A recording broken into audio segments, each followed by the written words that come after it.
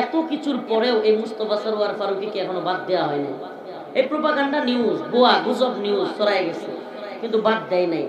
তাইলে একজন উপদেষ্টাকে বাতিল করতেই এত এত দল, এত মত বলতেছে এই লোকটাকে রাখা যাবে না, এ মুজিববাদের লোক, এ আওয়ামী লীগের লোক, এই ভারতীয় দালাল, এই ইসলাম বিদ্বেষী আহমদ শফি রহমাহুল্লাহকে এই লোক তেতুল হুজুর বলে কটূক্তি করেছে। শাপলা চত্বরে এতগুলো খুন হয়েছে, এগুলোর পক্ষে সে সাফাই গাইছে, শাপলা চত্বর নিয়ে পোস্ট করছে শাপলা জঞ্জাল মুক্ত, নাউজুবিল্লাহ, এই ধরনের কথা লিখছে।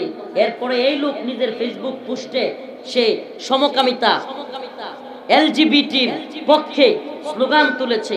এত কিছুর পরেও একটা ব্যক্তি যদি শহীদদের মিছিলে, যে সরকার গঠিত হয়েছে কিসের মিছিলে?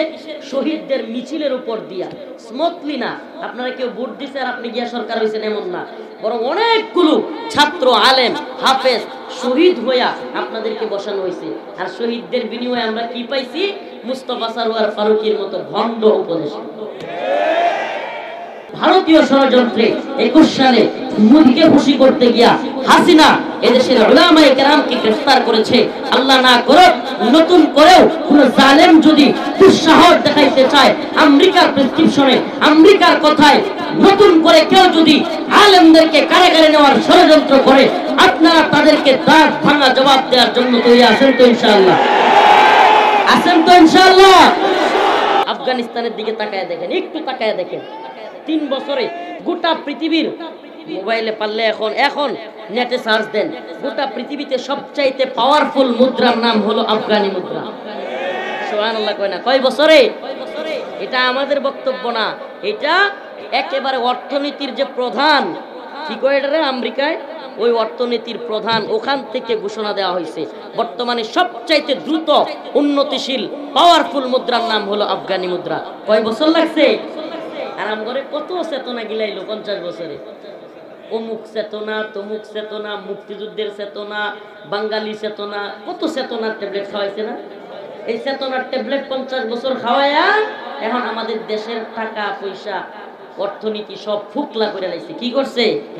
ফুকলা, নাই কিছু নাই, টাকা পয়সা সব চুরি, চিন্তায়, বাটপারি কইরা আর খালি চেতনার ট্যাবলেট গিলাইছে। কিসের ট্যাবলেট?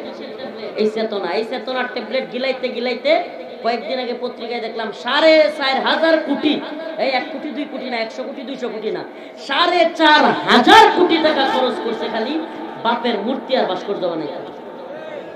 চিন্তা করা যায়? এই লো চেতনার ট্যাবলেট।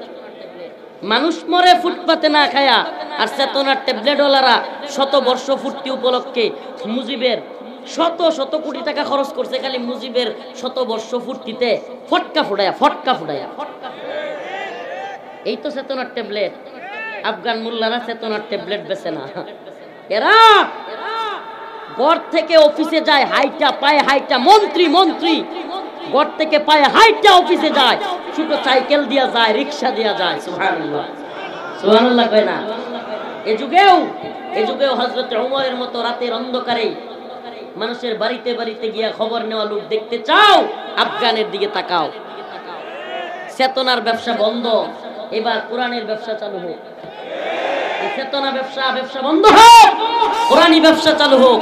আসুন আমরা কোরআনের আওয়াজকে সব জায়গায় ছড়াইয়া দেই, এই নিফাক মুক্ত প্রকৃত ঈমানী চরিত্রওয়ালা জিন্দেগি গঠন করি। রাজি আছেন ইনশাআল্লাহ?